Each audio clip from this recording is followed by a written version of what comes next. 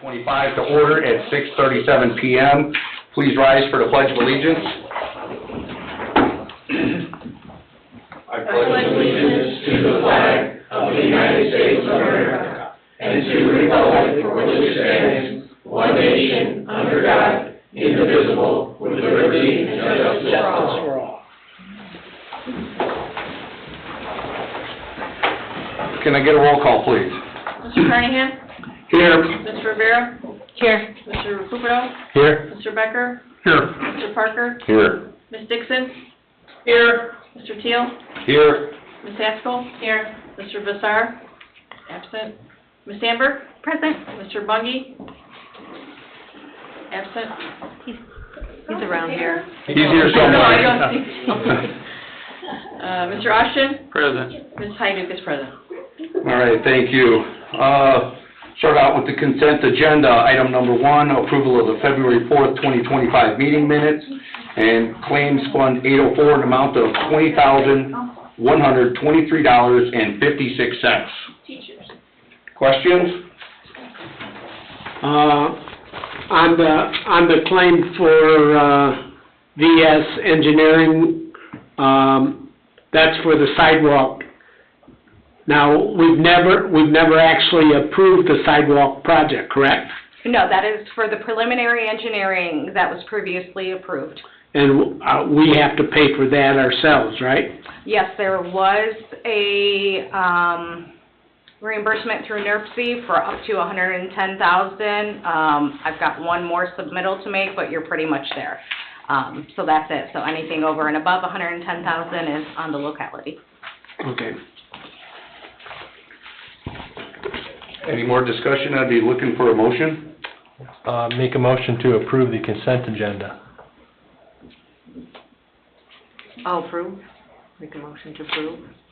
All right. We have a motion to approve from Mr. Recupero, second from Ms. Rivera. Roll call, please. Mr. Carnahan? Yes. Mr. Recupero? Yes. Mr. Parker? Yes. Ms. Dixon? Yes. Mr. Rivera? Yes. Mr. Becker? Yes. Mr. Teal? Yes, motion carries 7-0. Moving on to update discussion. Item 1, Explore Everyday Recipient Award to be presented in April. Mr. Shirkey was not able to attend tonight. So since we're going to be doing this twice a year now, we just are going to do this next month. So. Sounds good. All right. Moving on to school board liaison comments. Ms. Haskell? We're going to have a lot of changes coming from the state. Everybody needs to kind of watch everything that is happening in Indianapolis. One thing that I can say is they are going to be passing where if your kid wants to play sport in a different school, they can go to another district. They can do that once. They have up to 365 days from their start date at that new school to decide to go back to their original district. But our governor also, besides ISHAA doing that, the governor also is kind of pushed where kids can pretty much go to any district that they want, which I don't think would be a good thing for many towns. But IHSAA doing it, I think it's going to hurt a lot of sporting clubs in the schools, multiple school districts, and which is sad for a lot of kids. Because there might be some school districts in our state that might lose their sporting programs because not enough kids playing because they went to other schools. I just think it's sad. But Yeah, how would they regulate that as far as? Yeah. I don't know. We have lots of questions. So. And even if I could ask, like with enrollment, obviously. Yeah. I mean, all of our school districts are hot. You know, they're so everybody wants to go to Hanover. Everybody wants to go to Crown Point. How do you handle that? And how, as Rich said, how does that get regulated? So if Hanover kids went to another school district, that school district gets those tax funds from the state. Obviously, what tax dollars come from property taxes, our school district can still get. We just wouldn't get the small funds that we do get from the state because those kids are not in our district. Yeah, we're against it, I think it's dumb, but again, I think it's gonna hurt a lot of school districts in our state. But yeah, it's a hot mess to me, the whole Yeah. thing. Mhm. Yeah. I agree. All right. I'm going to comment on MacArthur since Tim's not here, and he's sending us the newsletter, and I'm circulating that. Okay. Raise craze that they, in our minutes, I reported that they wanted to raise $15,000, but they only raised $13,000. And the MacArthur School Parent Teachers Organization presents Fun Fair, March 8, 2025, from 10 to 2 p.m. MacArthur Elementary will have food, games, prizes, face painting, and more. They're also looking for donations for baskets and volunteers to help set up, tear down, and clean up afterwards. And I sent a copy of this to everybody here. Thanks, Bob. That's what Tim wanted for communications on MacArthur. Okay, and he did get elected again as liaison, or? I don't know. We don't know anything yet on that? Okay. All right, no written communication. All right, public comment for Redevelopment Commission. Second call, public comment for redevelopment. And third call. Seeing none, this meeting is adjourned at 6:43 p.m. Next meeting, April 1st, 2025, 6:30 p.m.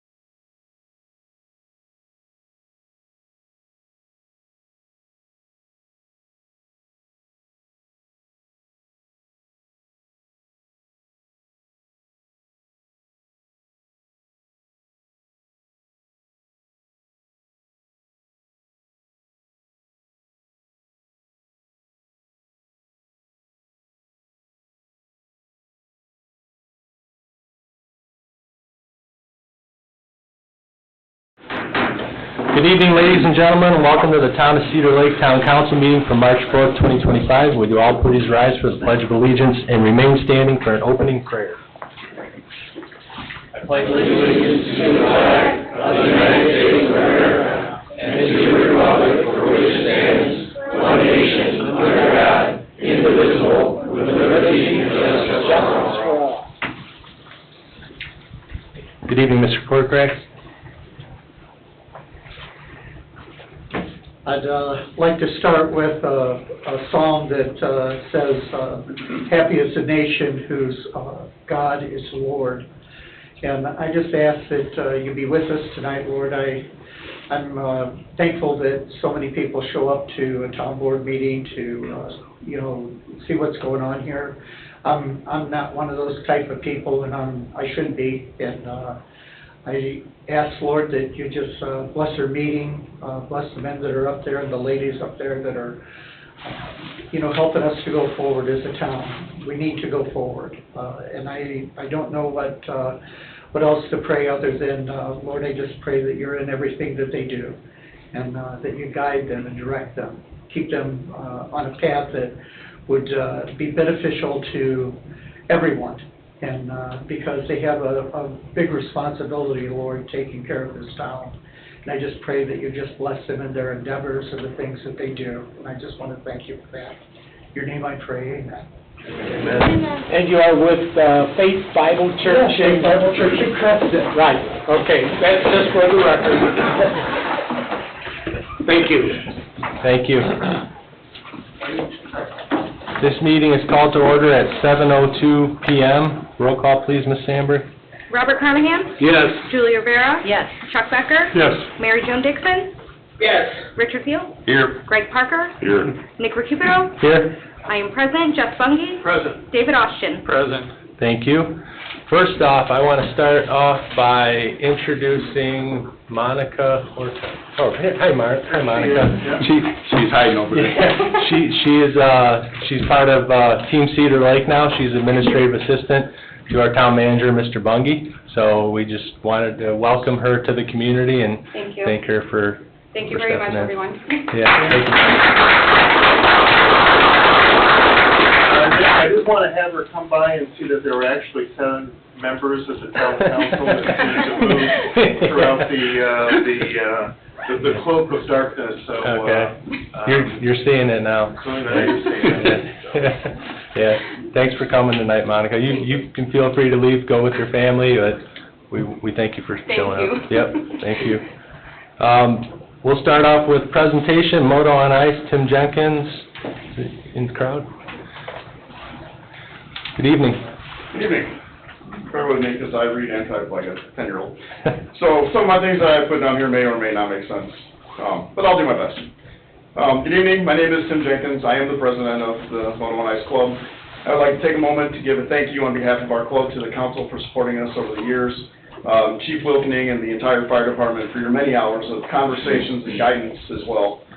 Mindy Ray and her staff for providing the upkeep of the grounds that we are allowed to use. And my boys would also like to give her crew an extra thanks for finding my socket and extension that they swore wasn't left behind this trip in our race. Diane from the Chamber of Commerce for being our biggest cheerleader and advertising agent. The Cedar Lake FOP 173 and the Cedar Lake PD for always being at the ready and fortunately on our behalf never being needed. And of course Jeff Bungie in his office for all the help with filling out paperwork and keeping up on our contract and my constant emails, which are a lot. I'd also like to thank everyone for sharing the correct information on our behalf with the unfortunate incident on the north end as well, supporting us with the battle of the bubblers from our neighbors to the north. It takes not only our club and all of its members, but everyone mentioned for us to host these events. Unfortunately, this year presented new challenges and some very hard decisions as well. As everyone knows, we are a very small nonprofit, and for the first time, we will not be able to give back donations to the many organizations that we have in the past. And a few new ones we are also trying to help out as well. This is a hard decision for us, but with the way the weather was this year, we should have had 3, possibly 4 races, but with the bubblers damage to the ice, to a point where we had to make a very hard choice to not even attempt to hold a race because we couldn't risk the danger of thin ice and having our racers and fans out there. In the single weekend we were able to host our race, we did bring in roughly 500 people to the lake, not to mention all the people that were just out watching. for the surrounding properties. We had people sign in from as far away as northern Wisconsin to southern Indiana, racers ranging everywhere from 4 years old to 74 years old. We even took a couple out for a lap Saturday when we were setting up. They were from the Dominican Republic. They were having dinner next door. It was very unfortunate that these actions of one group and one individual ruined something this season that no one close to Cedar Lake even has to offer. But again, we would like to thank everyone that I've mentioned before and anyone I may have forgotten. Attorney Austin, thank you for going over the contract every year for us. It does mean a lot to us. There is a lot of negative publicity across the board from not only yourselves, us, and everyone else in the town. But we do appreciate everything that the town has done for us in the last several years since we moved from South Shore to this location. Yeah. One question. Diane told me that those bubblers aren't supposed to be on until March. Is that true? That is also true. Okay. March 1st to November 1st, you can legally run a bubbler with a permit through the DNR. Go for it, You know, Chris might be right, I don't know. Like I said, I'm kind of like a 10-year-old at times, so I should have wrote that down. Well, season's probably done, huh? Yeah. Yeah. The last few days, unfortunately. Yeah. Let's give them a round of applause for what they did.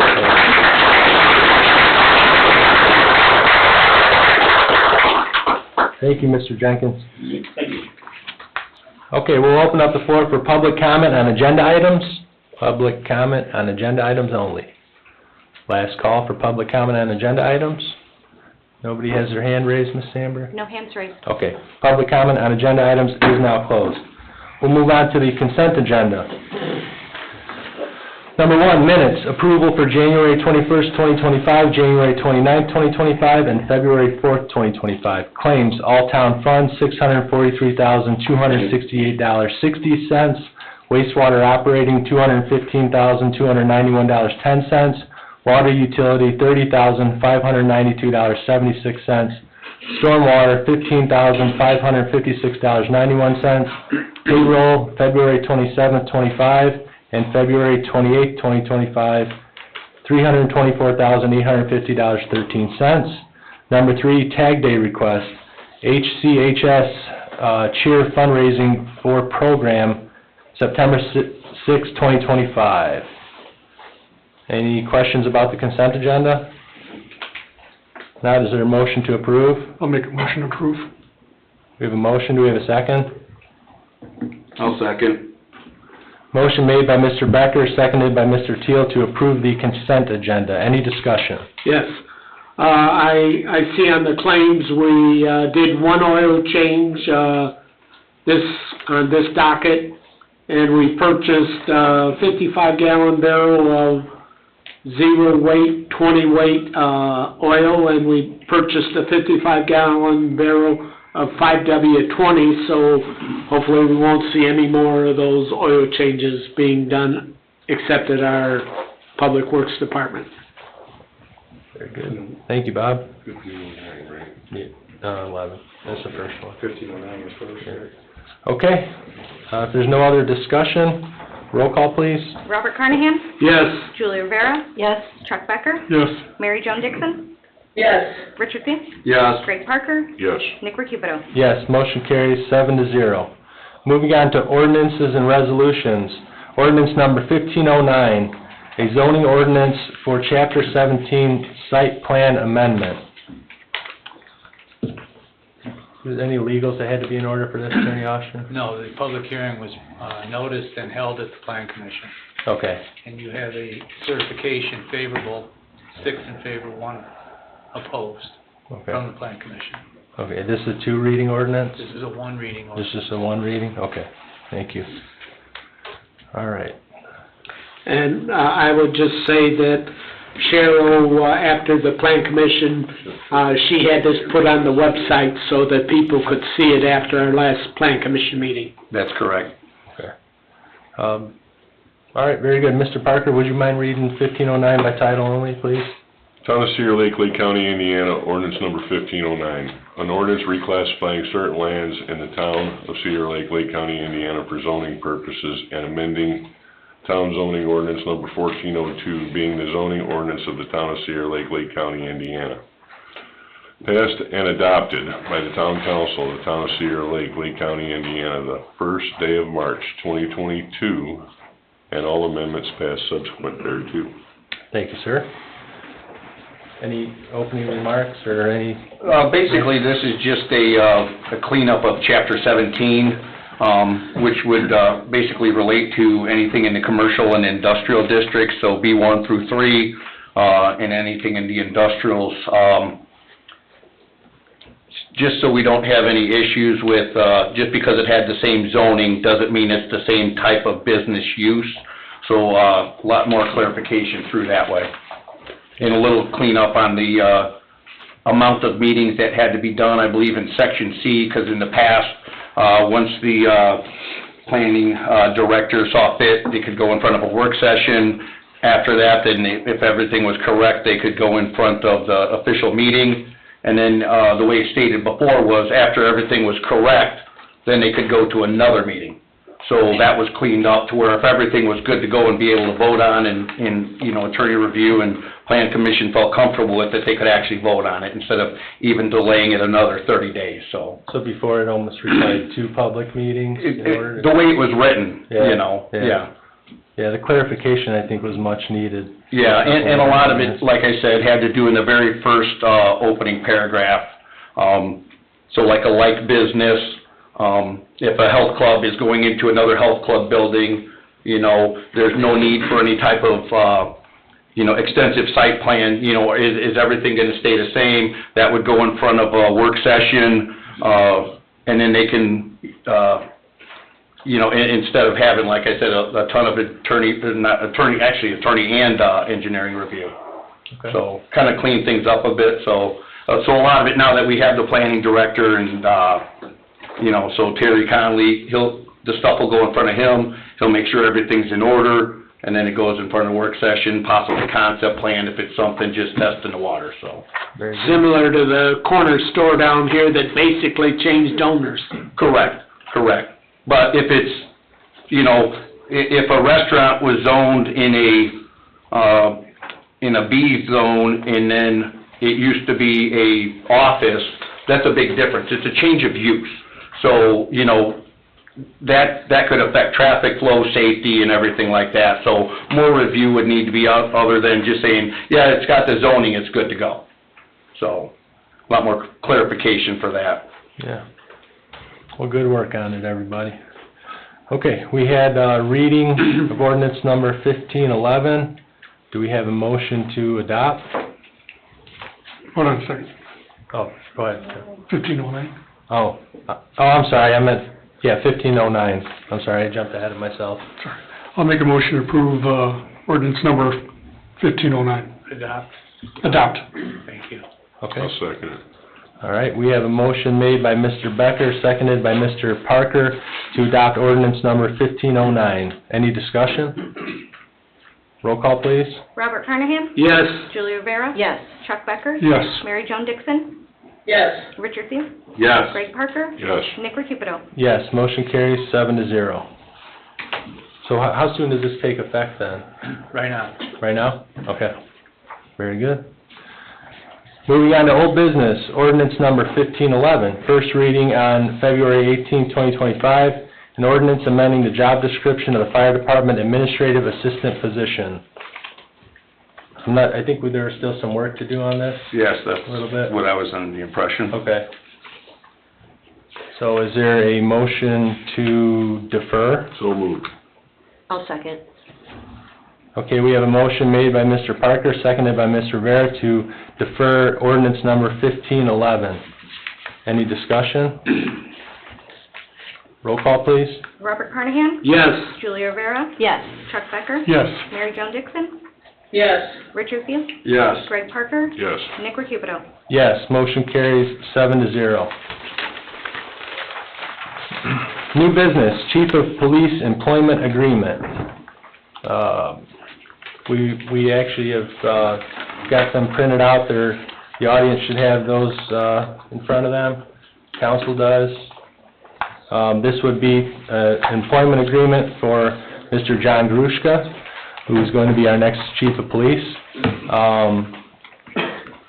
I'd like to have you introduce yourself in a moment here, John, but we'll go ahead and discuss this or just simply act on it. Everybody had a chance to review it, something we've been working on for a while. Is there a motion to approve the police chief employment agreement? So moved. Is there a second? I'll second. Okay, we have a motion made by Mr. Carnahan, seconded by Ms. Rivera, to approve the chief of police employment agreement for Mr. John Gruszka. Any discussion? Roll call, please. Robert Carnahan? Yes. Julie Rivera? Yes. Chuck Becker? Yes. Mary Jo Dixon? Yes. Richard Field? Yes. Greg Parker? Yes. Nick Recupido? Yes, motion carries 7-0. Mr. Gruszka, the floor is yours. Yeah. Thank you.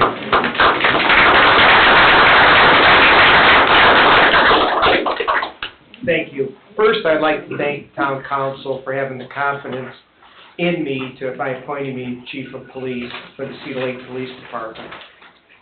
Chief of police comes with some awesome responsibility, and I thank you for having the faith in me and the faith that you've shown in me.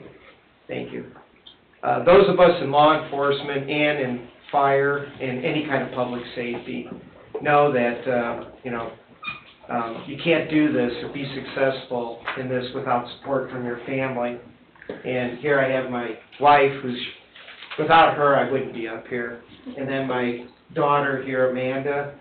They both of these have shown great support. And so has my other daughter who couldn't be here tonight, and our 2 sons who couldn't be here with their families.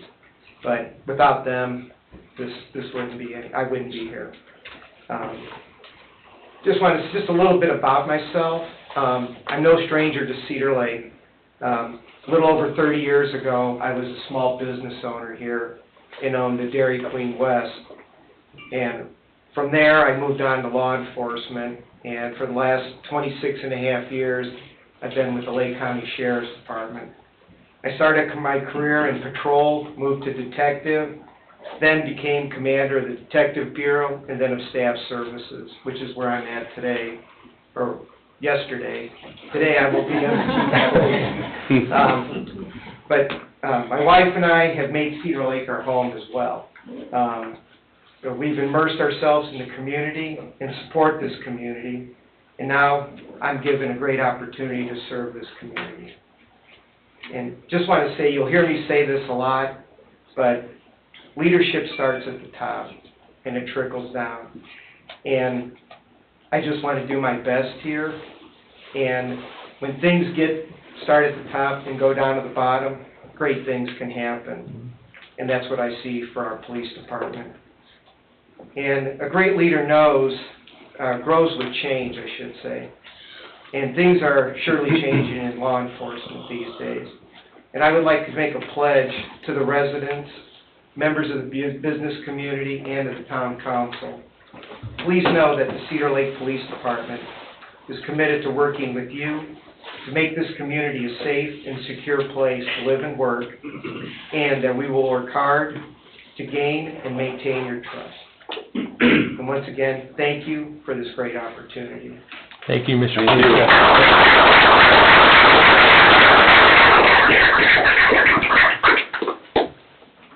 All right. Number 2, evaluation and review of town manager candidate.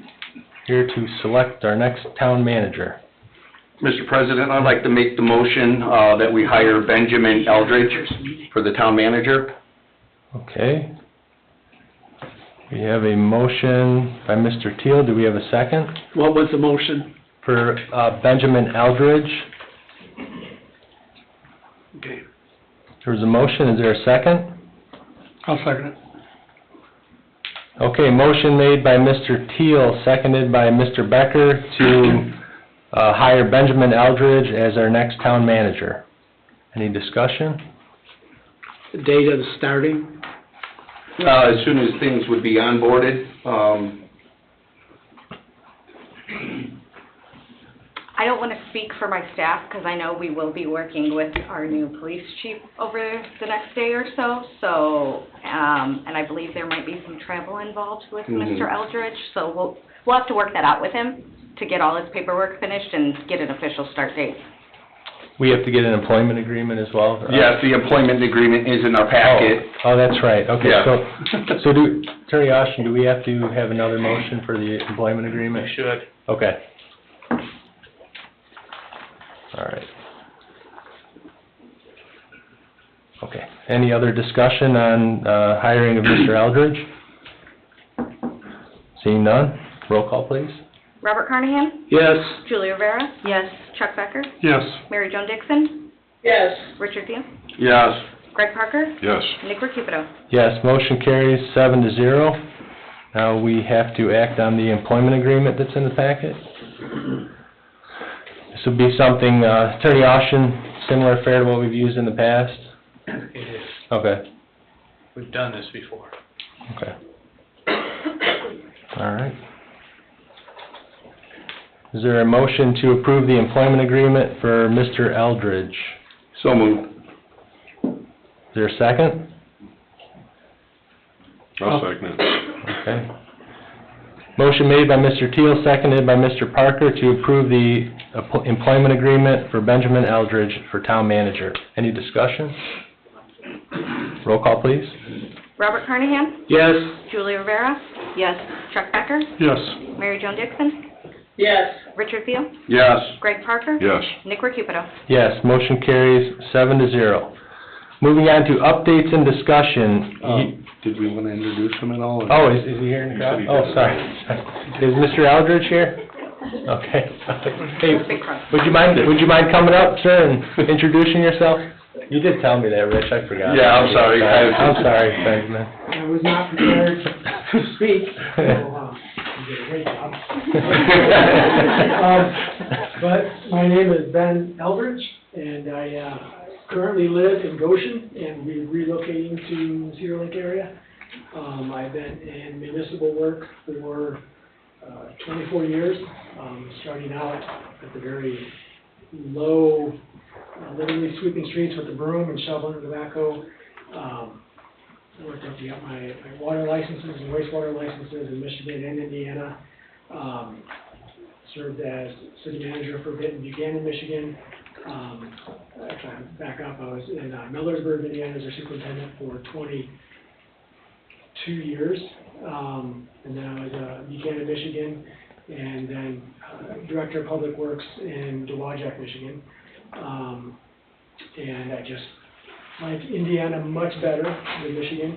I have 2 children.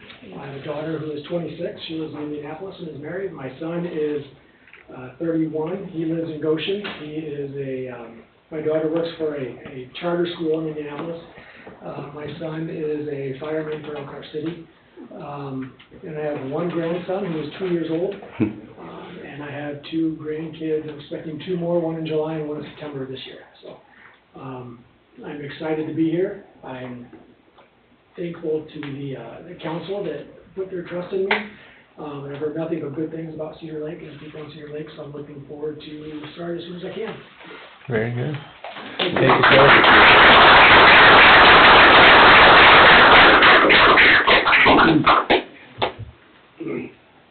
All right. Okay, updates and discussion. Year 2025 Lake County CDBG Community Development Block Grant Project Identification. Mr. Bungie. I just want to put this on everybody's radar. Lake County is the administrator for a federal HUD program of the Community Development Block Grant program, federal program. It's I believe it's 50-50 split, Jeff? Typically, this is 80-20. You don't know? Okay. Anyway, our allotment, so that it's a bigger pool every year, the county has decided that the CDBG money is allotted every other year to the communities, the smaller communities of Lake County, and year 2025 is going to be our year to receive these funds. Beginning of last year, we saw the tail end of the project of the 23 money, and that was the Title VI and ADA handicap wheelchair ramps that took place in Linsway? Linsway, yes, thank you. And if you guys want to stay in the same kind of ilk as far as the kind of programming that you'd like to see this fund, somewhere, I've been told, I saw it once, there's a schematic as far as a breakdown of what neighborhoods in Cedar Lake need ADA compliant sidewalks. I guess the reason why I also want to put this on our radar is we've been asked or tasked if we can put our application in sooner rather than later. There's a couple of hoops that the county has to go through to make sure this gets distributed in a timely manner. So I just wanted to put on everybody's radar that again, this is a program we probably need to work on here in the next 30 days.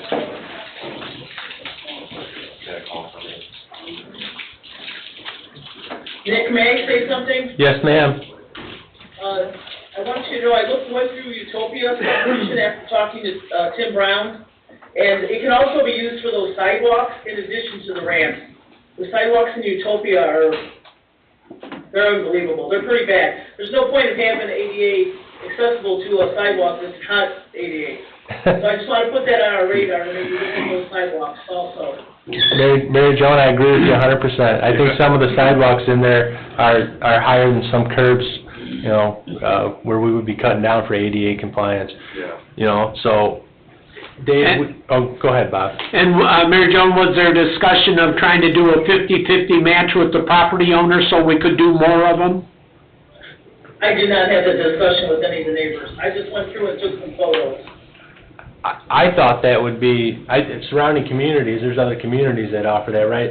50-50? Yeah, for 50-50 Yeah, that? they've done that in the communities I represent. Yeah, I mean, I don't know if we can pull this off anytime soon, but I think that would be something nice to start up in town. At least we could pitch in a little bit and incentivize, you know, people wanting to get their sidewalks done, because at this point right now, I don't think we really contribute anything to them. Yeah. As far as I'm aware. And not all the counties in the state of Indiana get the money directly distributed to them. A lot of them have to apply, and I believe it's called the Focus Fund. So Jeff, you're looking for some kind of direction on an application for these funds? Well, just some guidance as far as if anybody has any other possible projects other than Utopia at this time. We'll certainly do some investigating and start putting together a short list of options. Yeah. And if you were to try to do some other areas, you have to go out and canvass the neighborhood, and you have to have 51% low to moderate income to comply to use that funds, because I've done that in several different communities in the past. But with doing sidewalks and curbs and stuff, we don't have to do that. That's my understanding. Any other discussion from the council? I'm okay with looking into a subdivision like that to get some work done. Yeah. Yeah. The sidewalks in town. Yeah, they are, right? Yeah. Yes, sir. Okay. Okay. All right. All right. We'll report, we'll get something together for you for a 2-week meeting. Thank you, Mr. Fungi. Okay. Reports, town council reports.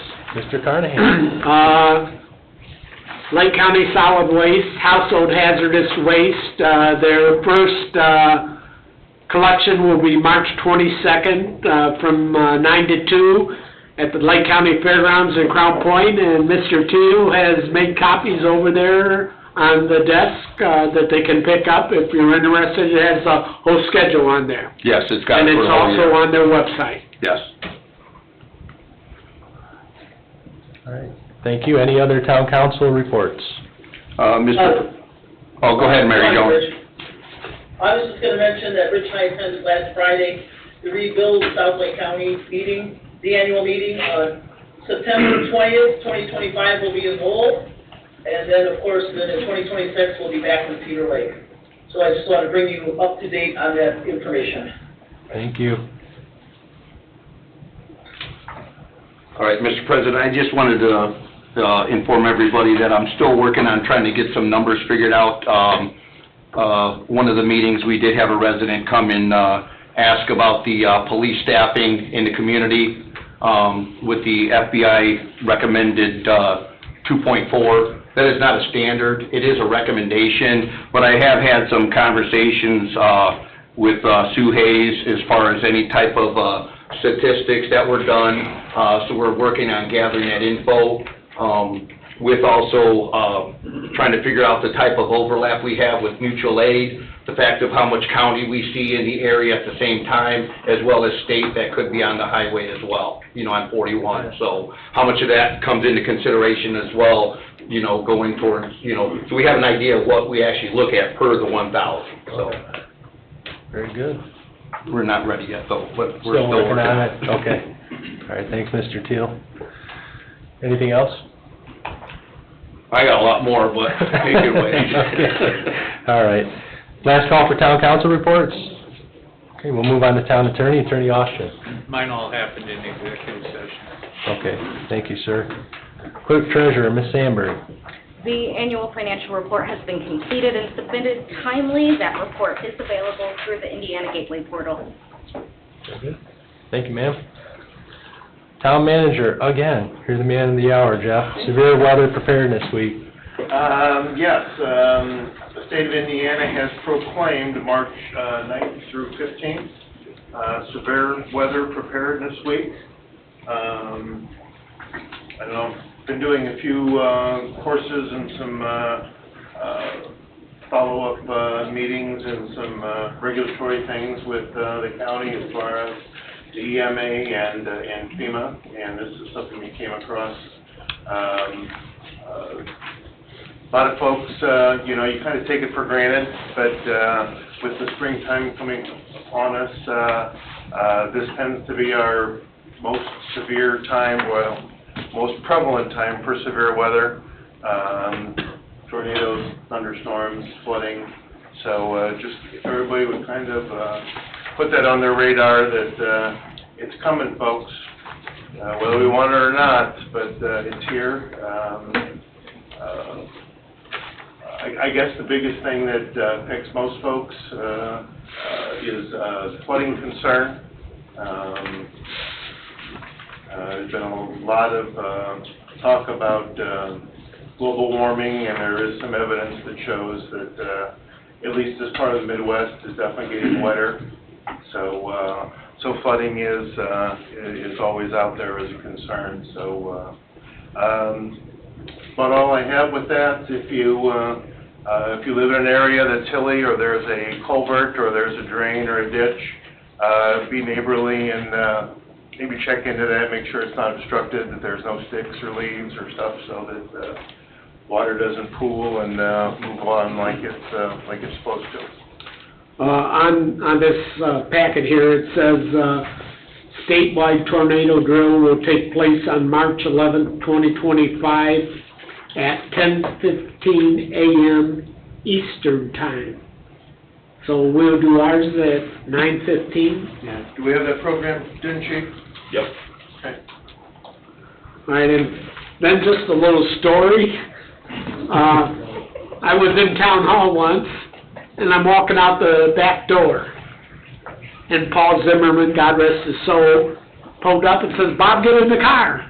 So I jumped in the car, and we drove down to 153rd, and we parked near the railroad tracks. I said, "What are we doing here?" He says, "We're watching to see if a tornado comes through here. We got an officer on the north end, and we're on the south end, and if a tornado comes, you and I are going to jump in the ditch." So that was an experience. But did you have to jump in the ditch? Yeah. You didn't have to go in the ditch? No, we didn't have to go in the ditch. We didn't get the full story. Yeah, come on, keeping us in suspense. Mr. President, I did have one other thing I'd like to add. Today on Klein Avenue, there was a few trees down. I happen to actually be traveling north on Klein. I reached out to, Tim King in, Public Works. He did say it was just outside of our jurisdiction, which was in county. There were 2 county officers there when I seen the trees on the road. But Tim did send a crew down there, just knowing that it may have taken county a little bit longer since we had people around, just cleaning the floor at the time. So, I'd like to thank, Public Works for getting on it real quick and, cleaning the roadway. Yeah, good job, guys. Yeah. Thank you, Mr. Teal.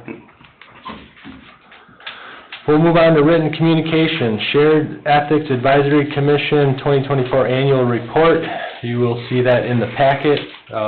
Ms. Cheryl Corey is our appointment, and she had given us this packet right before the last council meeting, but that's in there for folks to review. It should be posted online as well. And they do have the other meeting scheduled for 2025, which I did already register, just in case anybody didn't see their email today. Okay. All right. I think she'll be ready to come in and give a oral report, probably the first meeting in April. In April? Okay. Thank you, Jeff. Number 2, Tourism Fund 2025 distribution request. We have had, Jennifer, we've had 1 or 2 formal requests. We've had a couple. 2 that I've seen, for sure. Yes, I believe the first one was Summerfest, which I believe was on a prior meeting. I'm assuming this one is regarding the one we received from the museum and Zara. Okay. So that would be something we would have to put on the agenda as an action item to... Yeah, when you guys are ready to take action Okay. and decide how you'd like to allocate the funds this year. We only received $4,725, and we traditionally, at least as long as I've been here, have not received those funds until mid to late July. Okay. So you have a little bit of time. Okay. All right, we'll get working on that. Thank you, ma'am. Okay, we'll open the floor to public comment for the town council. Public comment. Please state your name and address for the record, sir. Good evening, council. Good evening. It's been a few months since I've been in this room, and I really haven't as a civilian. Before I start, if I may, I have 2 handouts I'd like to distribute to the council. Would that be acceptable? Your name and address. Oh, sorry, Dale Holstein, We know you, Dale. 23 Colfax Yeah. Street, Cedar Lake, Indiana. Yeah, please come on up, Dale. Yep. Do the old-fashioned take one, pass it down. I have 2 for you.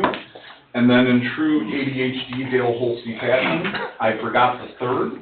Okay. But fortunately, I have it on my phone. I would ask that you review this and pass it amongst each other. Okay. Ms. Dixon, I'll be more than happy to send it to you if you've not seen this already. And if anything pops up, just give my kid whatever money he wants or look at his soccer photos and he'll be fine. Okay. So before I start with what I have scripted, I would like to say that Chief Grushka and I had an acquaintance many, many years ago on December 26th on a very icy day after Christmas at 133rd and Reeder Road. There was a terrible ice storm, and we both sat there, one in our county car and one in our personal car, and we stood there for 30 minutes trying to figure out whether we were going to go the rest of the distance or not. He elected to go. I said, call me if you make it. He did. I had a good experience with him then. I've heard good things about him within the sheriff's department. And while I worked professionally with former Chief Fisher for many years, and I will miss him, I do wish new Chief Grushka, well, I guess the contract's 1 year, at least 1 year of success, but many more. Yeah. Council, the first thing I'm providing to you is an email that I sent to all of you on February 19th. You just have that for reference, just in case you didn't read it. I know you guys received an absurd amount of emails. Now I'm going to go to the scripted part so I don't forget things. Good evening, Council. I appreciate the opportunity to speak in public comment. Since stepping away from the park board to pursue a college degree, I've stayed engaged, watched meetings, and kept myself informed. I've noticed certain public commenters seem to have an uncanny knack for being in the know about specific issues, almost as if they're being fed information. This was specifically clear in the February 18th Town Council meeting when a Ms. Prunski conveniently suggested private ambulance services as a solution to public safety concerns. Coincidentally or not, Councilman Thiel later confirmed a scheduled meeting with a private EMS company. though I would suspect discussions like this would typically fall under council affairs and involve more than one council member. Maybe that's just great minds thinking alike, or maybe, as I suspect, some commenters consistently come prepared with detailed information that raises questions about where it originates. This isn't the first time I've noticed this pattern beyond Ms. Prunski. So bullet point number 1 is privatizing EMS, and I'm going to keep this short because I have a feeling there's other people here to speak of this. I know Councilman Recupero, Thiel, and Riviera reached out to me and at least acknowledged my email and my concerns about private EMS, and I'm thankful for that. I'm going to keep it real short. Don't do it. Doesn't work. Most communities that privatize end up working really hard to reverse it. I'm providing my email address for reference, as I gave to you, to reach out to me with any questions or concerns. But what I did leave out is I'm in year 26 of emergency medical services. I've worked private, hospital, industrial, municipal, fire-based. I'm not saying I got it all figured out, but if you'd like to have a conversation from a neutral party, I'd be more than happy to do so. Item 2, Summerfest. Personally, I've never been a fan of Summerfest. Aside of the cardboard boat race, as a parent, I've learned to appreciate it as an affordable local event to our community. Years ago, I had suggested to a board member at that time my suggestions of some things I'd like to see improved, and I was met with, what was wrong with the way it is, and why does this need to change? That told me all I needed to know. People hate two things, change and lack of it. Some hills aren't worth dying on, so I let it go. As park board president, I can recall people insisting on using the John Deere tractor for Summerfest. We were pressured to allow it by multiple people, but then at the time, Chris Salata's town manager advised it wasn't allowed and it wasn't in the contract. We provided an employee to assist instead, and were often met with scoffs from committee members. It's also odd, considering that those involved should know that that would be a direct violation of the town's code of ethics. Section E clearly states, no official or employee should use or induce, order, or allow other persons to use town funds or property for a private benefit unless it's available to the general public on equal terms or in accordance with town policies. I did not look at 2024's contract, but I was park board president, and to my knowledge, 2024, that type of agreement wasn't there. 2023, it was not there as well. Even though the Parks Department wasn't part of the contract between Summerfest and the council, those in charge of the event repeatedly put our staff in difficult situations, being given demands from people that were not in their chain of command, which is not right. Still, something tells me somehow, some way, they were guided to behave in that fashion.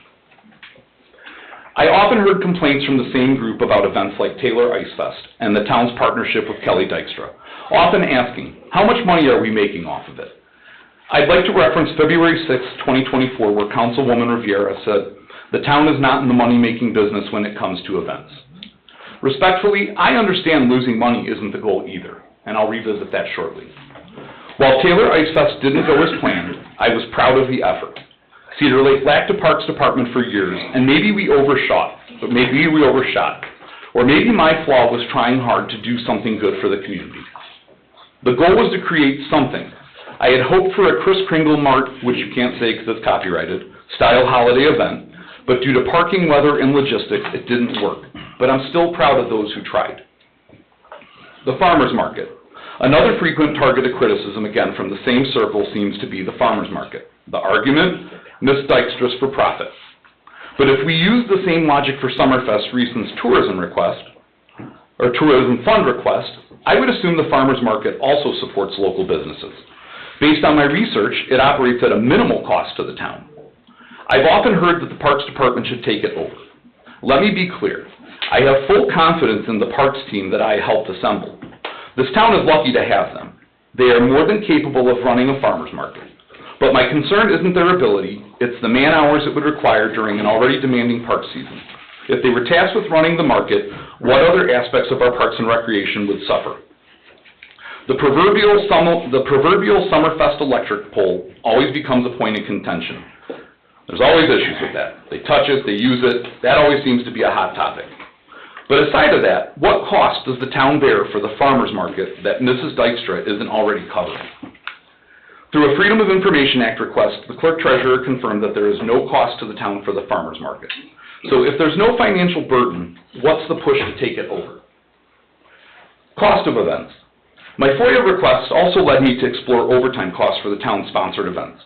Here's what I found. Police overtime for Summerfest totaled $10,359.27, and I'd like to give kudos to former Chief Fisher for awesome documentation. No fault to Fire, Public Works, and Parks. They did have increased payroll costs, however, in compared to other payrolls. However, it was tough to discern what was Summerfest and what was holiday pay and what was overtime. Chief Wolkening and I spoke, and he said he would estimate roughly 20 hours of overtime ballpark for the fire department as a result. Even though I'm personally not a fan of Summerfest, I'd like to reiterate again that I do find it an affordable community event, off script, with Lake County Fair and Disney and everyone jacking their prices up. I think it's a very valuable community event. What I don't understand is why the costs don't face the same scrutiny as other town-sponsored events. Maybe it's because Summerfest is a nonprofit, so maybe losing money in that case is acceptable. I don't know. The Parks Department. Ms. Prunski criticized the Parks Department for a lack of programming. I'd argue it's not a lack of programs, it's a lack of turnout. She suggested a daddy-daughter dance, which for the record we had tried. The turnout was minimal. We canceled it actually because it was going to cost us money. We had a DJ and other things lined up, and we didn't have enough people to justify the cost. Other events had low participation as well, but also we had some that were successful. And when you were operating in a world where it felt like people were actively trying to undermine your efforts, it was refreshing to see and hear support from other people within the community. Should we stop trying? No. But let's not pretend that the effort isn't being made. When it comes to programming, if there's little to no cost and it doesn't create a financial burden, why not offer it, even if 2 people show up? However, if an event carries significant expenses, we have a responsibility to ensure we're not engaging in wasteful government spending. Barriers, budgets, and the park board challenges. As park board president, I often heard Councilwoman Dixon and others question our budget and what we were doing with that money. To be honest, that's a fair question. But in my experience, the real issue wasn't reckless spending. It was barriers, resistance, and lack of support. Legal processes that dragged on, approvals that moved slow, and efforts to move forward often felt like an uphill battle. I'd also like to point that I didn't write this down, but as I reflected on it, part of our plan was to have a plan. And what we had heard from town government was reckless spending being, not having a thought-out process. We were waiting on the the Parks Department's master plan. So we did little while trying to figure out what we were going to do. So we kind of thought we were doing what we were supposed to.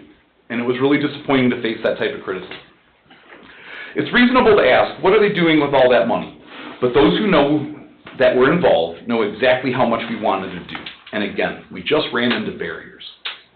The Parks Department currently operates out of an old house and 3 modified garages. One of our major goals was to secure a better workplace for them. We wanted more for the department, and I'm sure the current park board and staff still do. But when ghosts of park board past and park department past are always lurking in the shadows looking for ways to derail you, it becomes a constant barrier. There was also a vague comment about salaries at the last council meeting. Whether it was about Park Superintendent Miss Ray or Miss Dykstra, I couldn't tell. But conveniently, 2 days later, as I submitted to you, an anonymous Facebook post appeared, attacking Miss Ray's salary. Also attacking the bingo event, the lack of quality for our seniors, Miss Ray's salary, which was misreported, and that the reason we have lousy gifts at the bingo is because we pay the superintendent too much money. And again, I've attached that to you for reference. I'd also like to point out that while I was on a FOIA roll, I requested the video footage from the Monastery Clubhouse. And while I should have been studying for my psychology class, I spent hours watching that footage, over and over. And there was one moment where I identified one person taking a photo, specifically at the prize table. This connected a lot of dots for me, but I'm not able to really 100% say who did it. But again, it connected a lot of dots to what appears to be a deliberate effort to cast our town's park department in a negative light, and that is disappointing. I'm going to set the record straight on a few items. And the citizens haven't seen that Facebook post, but go to one of the many terrible Facebook pages and you'll see it. The park board, not Chris Salatas, hired Mindy. Chris Salatas sat in that room, gave us guidance, because I'd never conducted an interview. Neither had many of our board members, but offered zero input. The park board chose Mindy Ray for her resume, her passion, and her energy. So that's records item number one I'd like to bring up. The Facebook post also alleged that she was fired from Lowell. She was in fact not. If you want good people, you have to pay them well.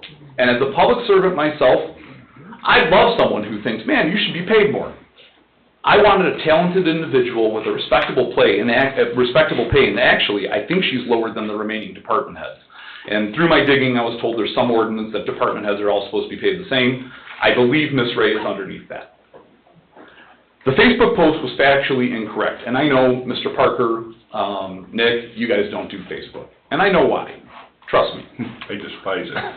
And you know what? Some days I do too, but I run my business on it, so it's kind of a necessary evil. Guess I get it for some people, but I don't get it. I'm with you. So my final thoughts. I'm asking those up here at the podium, those in the community, to stop the constant nitpicking. The past is in the past. Negativity will destroy our future. Instead of hiding behind anonymous Facebook posts, speak up, attend a meeting, email, have a conversation. Being a coward takes away from the overall mission. Use the past as a teacher and combine past lessons with present efforts to build a better future for our Parks Department and community. In a world filled with hostility, choose to make things better. Or to borrow the words of Councilman Carnahan in a recent meeting quoting Councilwoman Dixon, we need to be kind. We all need to be kind. And I find that solid advice to live by. Thank you, Mr. Holsky.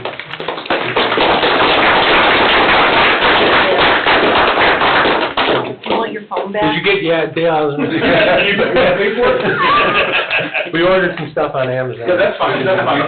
It'll be you guys or my wife, one or the other. Would you like me to respond at all on the meeting that we actually had yesterday, Mary Jo and I was council affairs with Kevin Todd? If you'd like to, Rich, yeah, absolutely. Okay, so, Dale, I can answer the question about the meeting with Superior.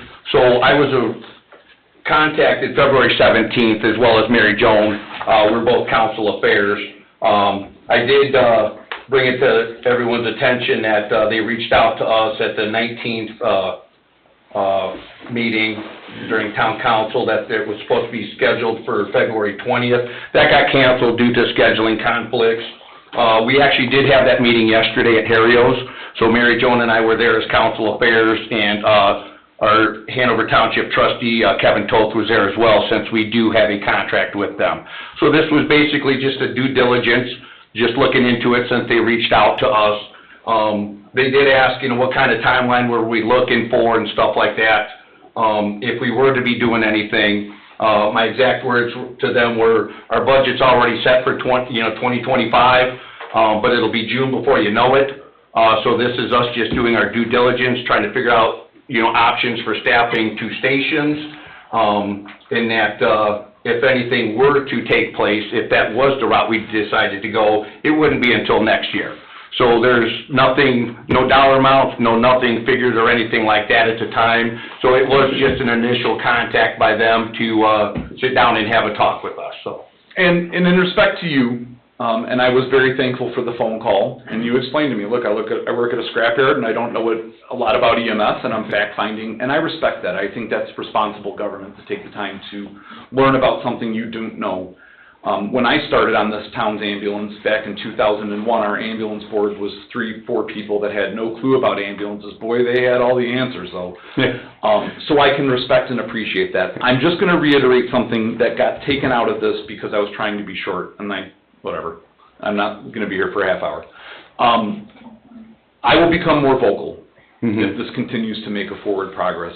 I cannot speak on behalf of my community that I do serve, but I would encourage you in your fact-finding to find out how much time communities that surround private ambulance-served communities spend in those communities. Because they're not properly staffed, because they're trying to save a dollar, and instead of staffing 4 ambulances, they only staff 3. Take into consideration, as I said in my email, when 70 to 80% of your calls are EMS, what are you gonna do with these firefighters that are now responding on 20, 30% of the calls? Because they're not gonna bill for them. They can't do that. You can't double bill. So you're losing that revenue stream. Well, that was all part of the discussion with them. How would it look like if we just had 1 ambulance, 2 people, West Station, we still retain our ambulance, shift, you know, if there's 4 or 5 people per shift, now we could take 2 of the ones from the West Station, move them over to the East Station. How would it look if it were their 1 ambulance as a first out? We still have 2 ambulances with firefighter EMTs. All of that discussion was had during that meeting, just having conversation. Perfect. And I'm just gonna correct you because it is a touchy subject. Yeah. If you go firefighters, EMTs, you're downgrading your service. This community used to have nothing but EMTs, and they fought hard to get paramedics. Well, there would be 1 paramedic, 1 EMT per ambulance. That's so- fine. You're saying firefighter, EMTs, and I'm... Well, I'm saying on our end, on the town's end. Okay. So, again, I'm not gonna go on and on. Right. There's plenty of other people that I think wanna have a voice. I guess I would just say, you know, if I was to entertain anything before privatization, I believe, again, begrudgingly in one of the 25 Facebook pages, I believe I saw a suggestion of civilian medics at the fire department. Before you go private, I would encourage you to look at that. I am telling you, when you go to a private service, it will not work out like you guys will wash your hands of any financial... Mr. Holste, I think the part that's being misunderstood, maybe by some of the firefighters and yourself, is all that was being discussed was a compliment to our current staff because we have 2 firehouses and we don't have the funds to staff them. I understand. So rather than have the community, I mean, we can't run this firehouse exclusively because it's not gonna be logistically good for the west side or the township. Mm-hmm. And we can't afford to staff 2 firehouses. We have that conundrum to deal with. Sure. Everybody has a lot of ideas about and some of the topics that we've had, and I sent Chief a text the other day about just this. I don't think anybody is trying to take anything away from anybody. We want the best service that we can get for this community. We want to have good response times, we want to be responsive, and we want to have good equipment. But the long and the short of it is, at this current stage, we cannot afford to staff and equip 2 firehouses. One that is logistically, doesn't even make sense for the whole community. Mm-hmm. I mean, what would make sense, maybe you'll disagree or agree, if that building was on the north end of the lake, it would split the community and still be able to service the township timely. I would say selfishly, as a person who's had to wait a few times for an ambulance on the east side of town where I live, I'm glad that thing's there. Well, and again, the initial plan was to have a substation over here. Sure. They tried to put it in the house. Yeah, many years ago. Not a full-blown, state-of-the-art firehouse it logistically not feasible to service the whole community. And I understand the issues with staffing. I mean, Crown Point, where I do work, and I will speak to this, we were lucky to receive a SAFER grant, and that got us SAFER 7. We called it the SAFER 7. So we had 7, firefighters hired from a federal grant. That helped us immensely. But the truth of the matter is, nobody's trying to privatize at this juncture. No, I understand.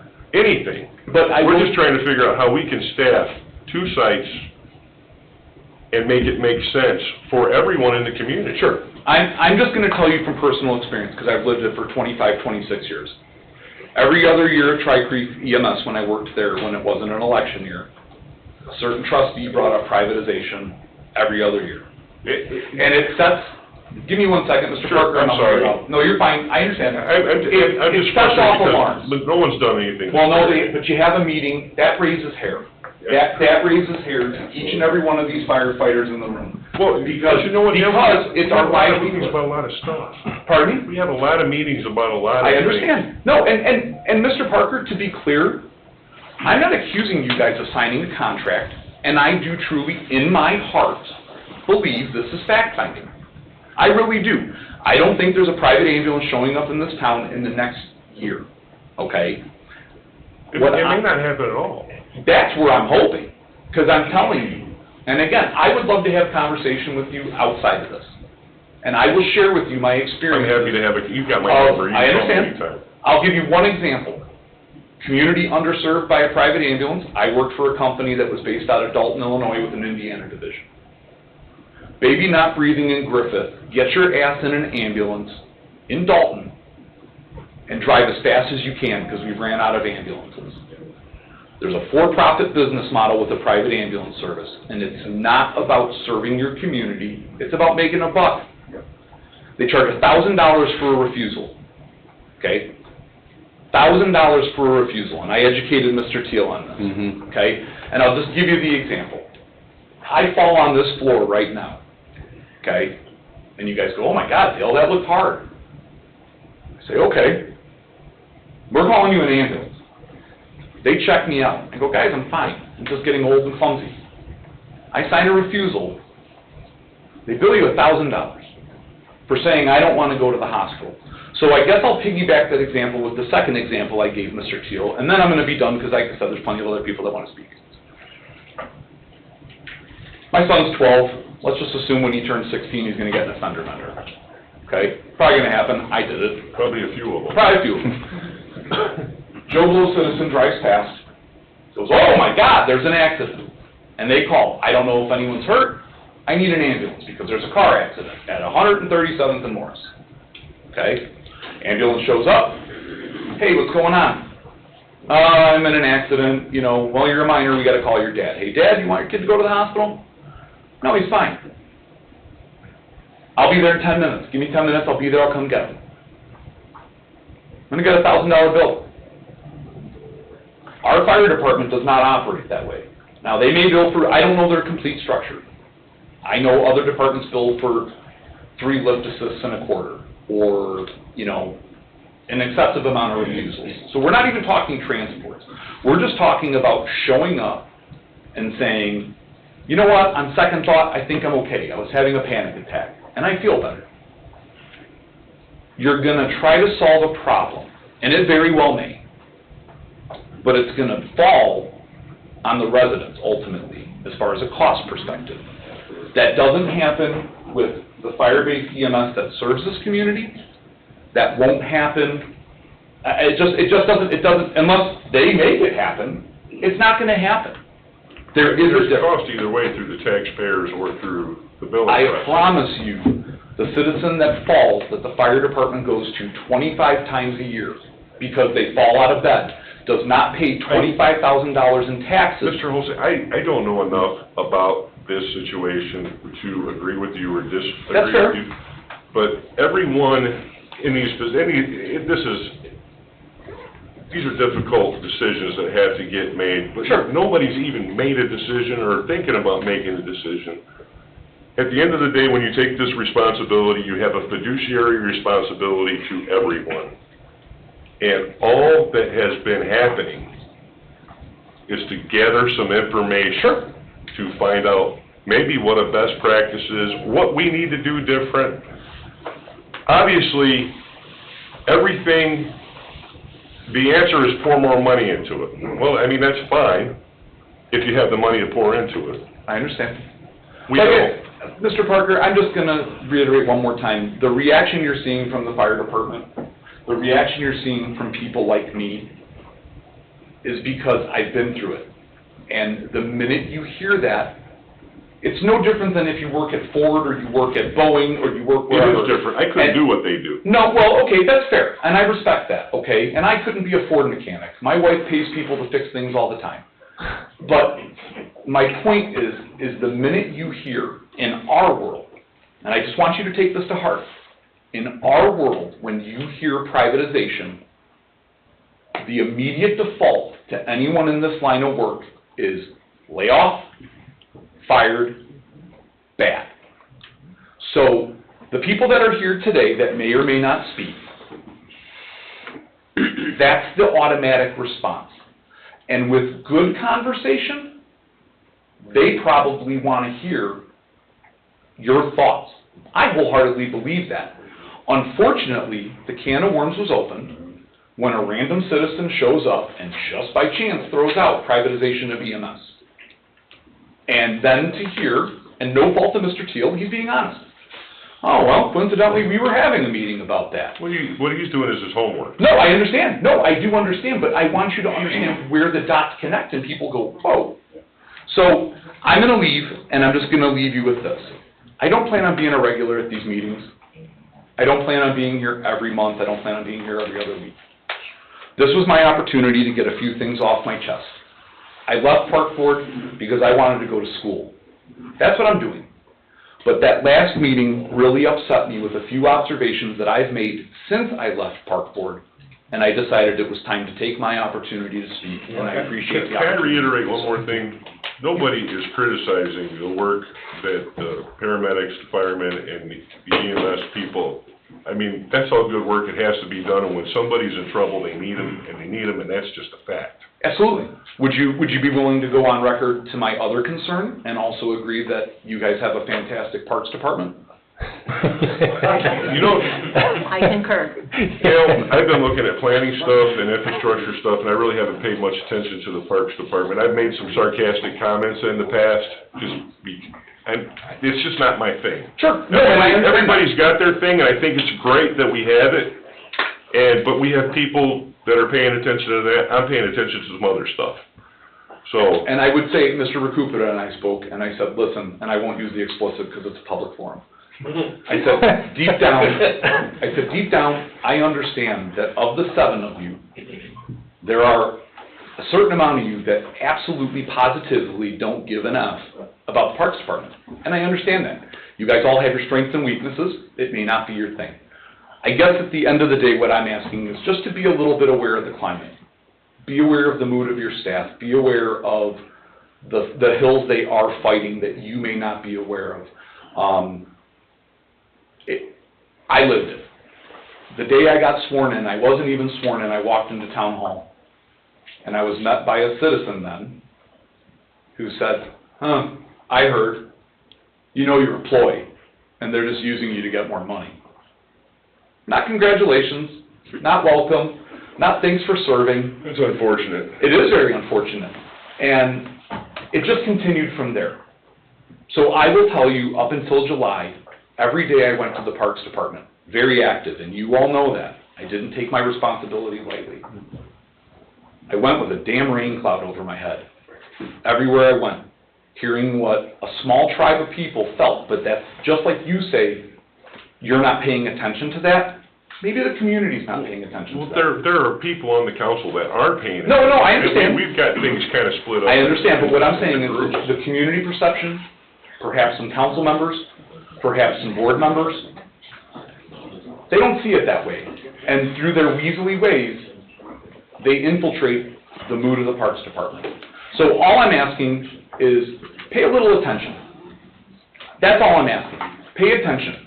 Don't dedicate 50% of your time to parks, but pay attention to what's out there, because it's hard to go to work every day. I'm going to be 100% honest. One of the things that frustrates me the most, and Rich can attest to this, and Nick, we need to get some work done around here, some serious work to get the financial situation in check here. And it just drives me in particular, but I call them rabbit holes. Sure. We gotta go down all these rabbit holes, all these distractions, and it keeps us from getting the work done that we need to get done. And I'm not trying to dismiss your concern, because I get it. But sometimes, no one said on this council that we were gonna privatize the ambulance in any meeting that I know of. So, what they were pursuing for a compliment to our current service, it just was that. It was not to disparage anybody, make anybody uncomfortable, but all the time that we've had to spend on it, And all we're doing is gathering information. And it's not just that, it's a number of other things. It keeps us from getting what we really need to get done. That's what frustrates me. I understand. This rabbit hole was what was supposed to be my psychology paper. I understand, I get it. So anyways, thank you very much Thank you, for your Mr. time. Holtzke. Thank you for listening. Thank you for your feedback. As always, you guys know how to get a hold of me, and I'm always willing to have a conversation. I'm trying not to be the spokesman for this group, but, I mean, tonight, it's just kind of out of frustration. Hey, I'm cool. And I don't want, obviously, every time I open my mouth, I upset somebody, so I'm trying not to do that. You wanna have a cup of coffee? Let's talk. Iced coffee? Whatever, man. I'm in. I drink caffeine in whatever form you bring it. All right. Okay? Thank you. Thanks, Mr. Thank you. Thank you.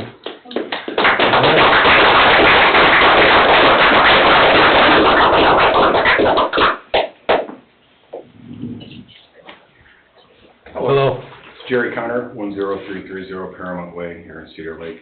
As far as the Superior Ambulance meeting, why wasn't Chief Wilkening or Deputy Chief Munger included in that? This was just the first initial meeting, so we understand that there's gonna be, The beginning, though, I mean, they're the experts. this was just the first initial meeting. Yourself that you don't know, you're not familiar with the way it works, correct? So they can be telling you anything just to be able to come in town. I mean, they're your experts. They're your chief and your deputy chief, along with your other officers. There would, if it goes any further, there would more than likely be No, but several other that's not the first meetings. time this has happened where something has been done and they're caught in words with it, they don't know. It's actually the council's decision to, if we wanted to do this, so. No, I understand that, but I mean, you want to get insight and information, correct? There's your information right there. That's my point. First initial meeting, no numbers, no nothing, so it's that simple. My opinion, I think they should be included in all of that. I mean, when it comes to fire service and EMS, they should be included at the very beginning. Also, if this thing comes any further in that, I would certainly hope that we have a public meeting on it. Oh, absolutely. Everybody here, because it's a hot topic. I mean, I've talked to a lot of people, and people don't want it. I mean, the costs are gonna go up for everybody. I mean, how many EMS calls do we have a year that we transport? 2,800, all right? I mean, that's gonna be 1,000 people are gonna be upset with you when they get a bill that's 2 or 3 times higher than they get through the fire department now. Yeah, and I think one of the things also with the due diligence is, evaluating our own fee schedule. Are we charging enough, and we recently, received some emails from, Chief Wilkening, with different, communities, what they're charging, stuff like that, proposals and stuff like that. I believe we even just got another email today, from him for some updated numbers. So all of that is what we're looking at. But that all takes time. It's not a decision that would be taken lightly or one that's made overnight. I mean, it's definitely a lot to consider. Well, it just concerned me that there were meetings scheduled and they didn't know anything about it, so. Okay, thank you. Thank you. Thank you. Anyone else here for public comment for the council? You can just come on up and just give us your name and address for the record, young man. Yeah, right into the microphone. Okay, so I am Raphael Turner. I live on 247 Will Street, Crown Point. Hello. And I would like to say something about privatizing the firehouse. So, my opinion about this is, why are we making people pay money for the fire service they don't even need? Like, if they don't need to go to the hospital, why do they have to pay money? They should just be fine. Like, they should just stay home and get better at their house. Because if they don't need anything, then, like, why should they go to the hospital for nothing, and why should they have to pay money for it as well? I'm not sure that anybody, I'm not sure how it works if anybody's being forced to go to the hospital. Well, I'm sorry, I don't really know a lot about this.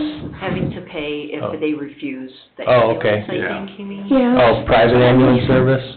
Yeah, that's what I mean. I don't know, private ambulance service is the one that does that billing, so I don't know I guess because it's a money-making operation and they have to make money, I guess. Yeah. Mr. Turner, let me answer this question for you. The Cedar Lake Fire Department does not charge anything to anybody that refuses to go to the hospital if they sign a refusal. What you're referring to is a private service that may. Okay? That is what this council is looking at currently to, you know, supplement our staff. So nothing's done or in writing or anything. But I do agree with him. I think if you sign a refusal, you shouldn't have to pay a bill. Okay? Did that answer your question, sir? Yeah. All right. Thank you. Thank you. Thank you. You're brave for coming up there.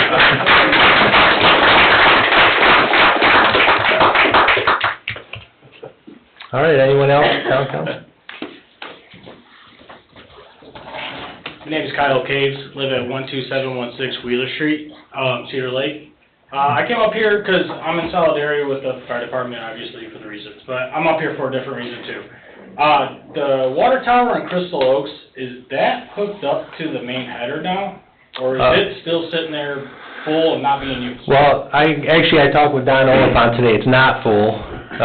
I think it has some freezing issues, but there's work going on in Robin's Nest right now with the pump upgrades, which... On the two pumps. Yeah, which is supposed to be completed by Friday. It was supposed to be like a 2... How they're gonna, because I guess...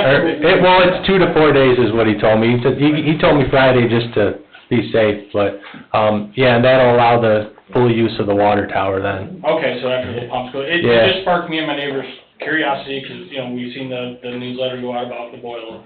We're like, are they even using it? 'Cause it's in my neighborhood. Yeah. And I was kind of one of the people that was like, I really didn't want it there, but... Yeah. And then We had to wait for a permit from the Indiana Department of Environmental Management on July 22nd.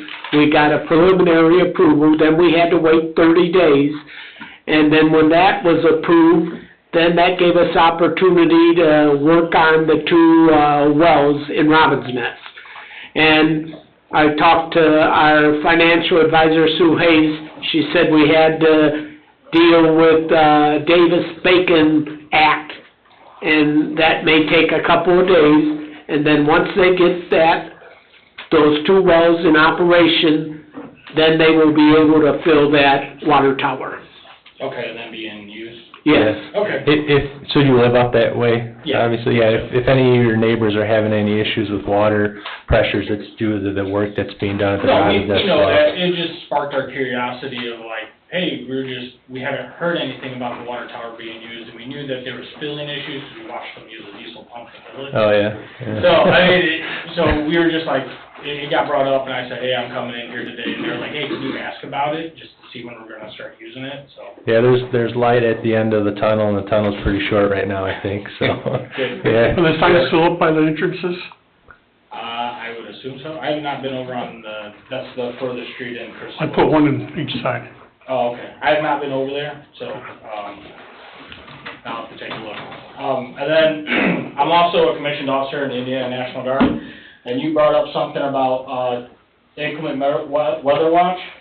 Well, it was 13 years ago in Henryville, Indiana, and, I'm currently a major. Back then, I was a newly commissioned second lieutenant, and I was dispatched to go down there to be the site commander. I will say this, privatizing EMS, they will not show up to stuff like that. They will want to prioritize who they take, regardless if the Indiana Department of Homeland Security is telling them, we have a triage, you need to take these patients. It's all about money. And I will tell you that from experience. So you're trying to gather data. If you have a mass casualty event here in Cedar Lake, God forbid we have something like a tornado. I agree. They're not going to be here. They're not going to show up, or they're going to show up and they're going to say, well, we're going to pick and choose who we take. Because it is about money. And that's an experience from a commissioned officer. Telling you guys, I was there at ground zero, a few hours after that tornado went through that town. Still haunts me to this day, the things I see, right? And that was 13 years ago, almost to the day of today. So just keep that in your minds when you guys are making that decision, right? Absolutely. You have somebody in your community that was down there helping out, and that's what I saw, right? Absolutely. And then another thing is, I'm on the BP Fire Department, was doing lake ice rescue like 2 weeks ago. Privatized ambulance, right over by where our fire trucks were, they parked right by us. fall asleep on the lakefront. Those are the type of people you're getting with a service like that, so. All right, thank you for your comments, sir. Thank you. Appreciate it.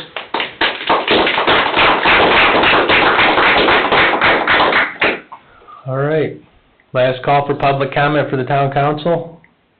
You do have one hand raised We have- online. Okay. Whoever has their hand raised, would like to speak for public comment, town council, please do so. State your name and address. My name is Dean Wilkening, 15011 Euclid Street. Okay. Could you hear me? Yes, sir.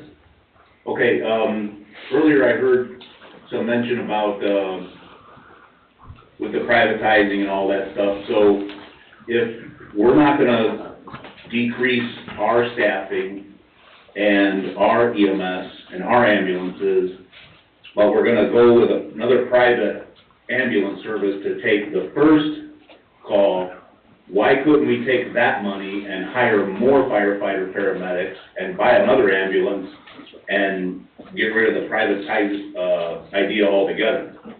So if you're gonna find the money for the privatization, why can't you find the money for adding paramedics and firefighters and an ambulance? I can't even answer that, because I don't... We don't even have dollar amounts yet, As Mr. Teal said, and I wasn't in the meeting, but it was just an introductory meeting, I don't even know how the financials are gonna work, to be honest with you. You don't know what it's gonna cost, or... I totally understand that, but that's something to think about, that if you're gonna get numbers, you know, why would you even entertain this, if you're gonna come up with that kind of a scheme that you're gonna let them take the first call, but you're not gonna reduce our staffing and our ambulances, so why wouldn't you even just take that, turn that around and say, well, let's just not even entertain their comments or their, proposals, and put the money into our own fire department? Well, Why don't we invest in our own community? dollar for dollar, I don't agree with you, that makes sense, but I don't know what the dollars look like. No. But I don't disagree with you, Mr. Wilkening. Thank you. Thank you. Thank you. Anybody else online, Ms. Sandberg? No hands raised. Okay. I'd like to approach one more time. Jerry Conner, 10330 Paramount Way. You talked about, pricing. I was deputy chief of Beecher. I went there to a presentation last week. They have Metro, which is a division of Superior. They get 6 people. They pay $713,000 a year to them. $713,000, and the people still get bills. Okay. I mean, they're looking to go turn it back over to the fire department where we had it before. Okay. It's a lot of money, just to give you an idea. All right, thank you, sir. Okay. Nobody else for public comment? Public comment is now closed.